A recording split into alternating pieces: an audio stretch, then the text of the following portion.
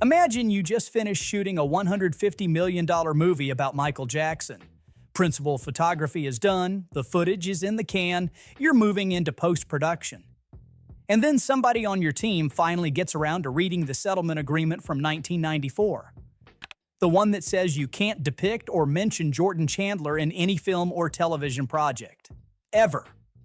And you just built your entire third act around the Jordan Chandler case. That's what actually happened to Michael. They shot an ending they couldn't legally use, and instead of shelving the project or cutting their losses, they spent another $50 million reshooting it. They moved the ending from 1993 all the way back to 1988, years before any allegations ever surfaced. $200 million total for a movie about a dead pop star with some pretty messed up baggage. And here's the thing, it worked. $97 million opening weekend, biggest biopic opening in history. Second biggest debut of the year, right behind Super Mario Galaxy. Audiences gave it a 97% on Rotten Tomatoes. People were literally dancing in the aisles. So let me tell you how this whole mess came together. Okay, so this whole thing starts back in 2019 when producer Graham King gets the rights to make a Michael Jackson biopic. Graham King is the guy who made Bohemian Rhapsody, so he knows what he's doing with these music biopics. But Michael Jackson is a much harder sell than Freddie Mercury for obvious reasons. Most studios passed on it. Lionsgate said yes. And they went big. The budget on Michael ended up around $200 million, which is insane for a biopic. That's more than Marvel's Shang-Chi cost, more than Spider-Man Far From Home, and those movies had to build entire worlds with CGI armies. Michael is a guy on a stage performing songs, but apparently music licensing is absurdly expensive when you're licensing the entire Michael Jackson catalog. The original budget was actually around $150 million, which was already pushing it. The extra $50 million came from reshoots because they had to remake the entire ending. John Logan wrote the screenplay, this is the guy behind Gladiator and Skyfall, and his script opened in 1993 with police raiding Neverland Ranch. The whole movie was structured around the molestation allegations with Jackson's arrest and the media circus as the climax. The plan was to flash back through Jackson's life and then return to that arrest to make the case for his innocence.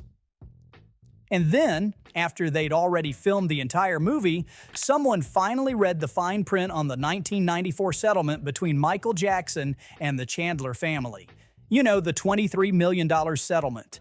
And there was a clause in that settlement that said Jordan Chandler could never be depicted or mentioned in any film or television production.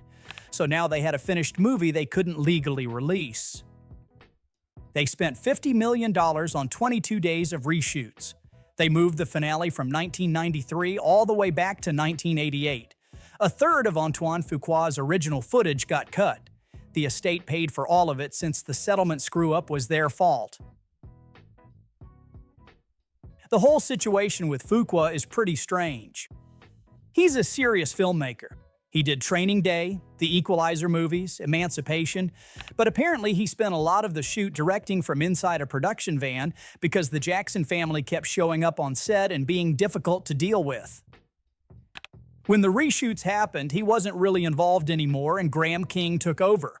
Which is interesting because King also produced Bohemian Rhapsody, and that movie had its own director situation. Bryan Singer got fired partway through, King stepped in to finish it, and it made $910 million. Same pattern here. King has now pulled this off twice with music biopics. Fuqua's reps deny all of this. He did the whole press tour, talked about the movie like everything was normal, even said he'd be interested in directing a sequel. But his fee went from $10 million to $25 million after the reshoots, and King's went from $6 million to $16 million. That's a lot of extra money for people who were supposedly just doing their regular jobs. Opening weekend arrived on April 24th, and I don't think the timing could have been worse if they'd planned it. On the same day the movie opened, the New York Times ran a big piece about a new lawsuit filed against the estate. The Casio family claimed Jackson abused them over more than a decade, starting when some of them were 7 or 8 years old. This is a family that had publicly defended Jackson for years. They were on Oprah in 2010 saying he never did anything wrong, and now they're suing for hundreds of millions. There's also a separate $400 million trial from the Leaving Neverland accusers set for November. The director of that documentary compared Michael Jackson to Jeffrey Epstein and called this movie a complete whitewash.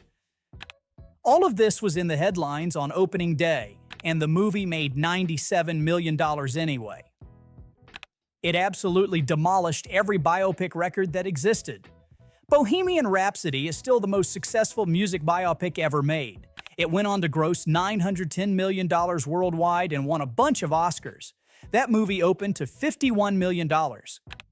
Straight Outta Compton held the record for biggest biopic opening at $60 million.